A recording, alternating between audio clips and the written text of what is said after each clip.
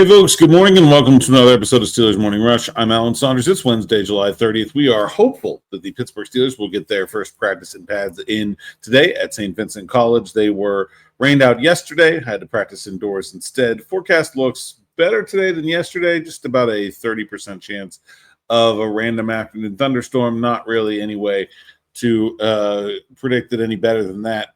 So we'll see if they're able to get it in. I'm hopeful. I'm hopeful and I'm excited. I'm ready for some backs on backers. Great question here from KPBMF yesterday, who asked about players that get hurt in training camp.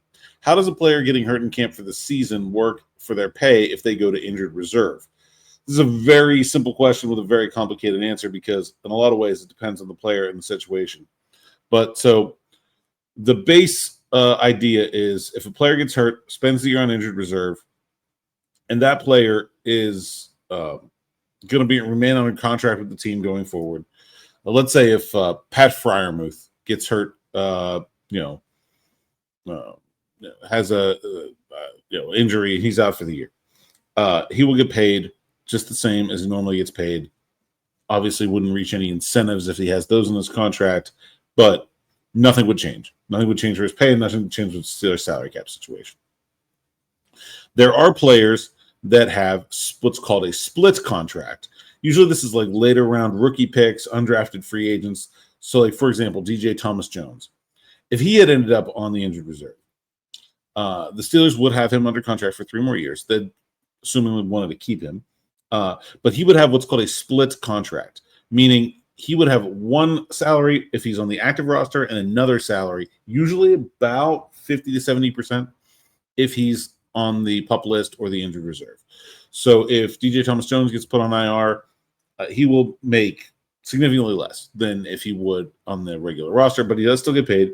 His contract year tolls, so he would be entering year 2 of his contract next year, and then he would still be under contract with the Steelers. The third thing that teams do with players that are out for the season when they are not under contract beyond the season is they cut them. They waive them with an injury designation. So that's what happened to, for example, Jeremiah Moon. He was waived with an injury designation. So if he clears waivers, he will just revert to the Steelers IR, and it will go back to being the same as it was if they had just put him on the IR. But the Steelers can reach what's called an injury settlement with a player who has gone through waivers with the injury designation. And basically what the Steelers are going to do are saying, they're when they do this, is saying, we don't really want you. We think when you get healthy, because you can't cut a player who's injured, we're going to cut you. Okay, so let's say Jeremiah Moon's calf injury right now is expected to cost him the first 4 weeks of the season.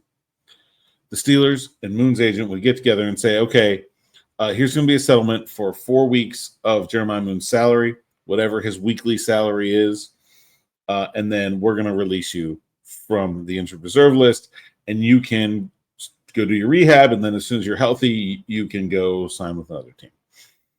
So that's kind of the 3 ways that players can be paid. Veteran players, players on free agent contracts, players that were first-round picks, players with any guaranteed money. It's not going to change anything for them. Young players, bottom of the roster, young players especially, late-round picks, undrafted free agents, they'll stay on IR and they'll earn a split contract. Guys like that are on 1-year deals that the team doesn't really care about keeping, they'll get waived with an injury designation. Usually that is followed by a injury settlement and then the player being released. So that's kind of how that goes. It is complicated. Sometimes it's even complicated for us to figure out. There's a time frame in which the team and the player have to agree to those injury settlements. I don't remember exactly what it is. And then if you give an injury settlement to a player, you can't re-sign that player after the end of the injury settlement. He has to go to a different team. There is I think if like an additional number of weeks pass. So let's say the Steelers and Jeremiah Moon have 4-week injury settlement. I think maybe like 7 weeks into the season then, or maybe it's 8 weeks into the season. Then, if he still hasn't signed with any other team, then the Steelers could re-sign him if they decide to go down that road. So That's the way players get paid if they're injured. And of course, nobody is being paid at training camp right now. So that they get a per diem, but nobody's being paid their salary at training camp. So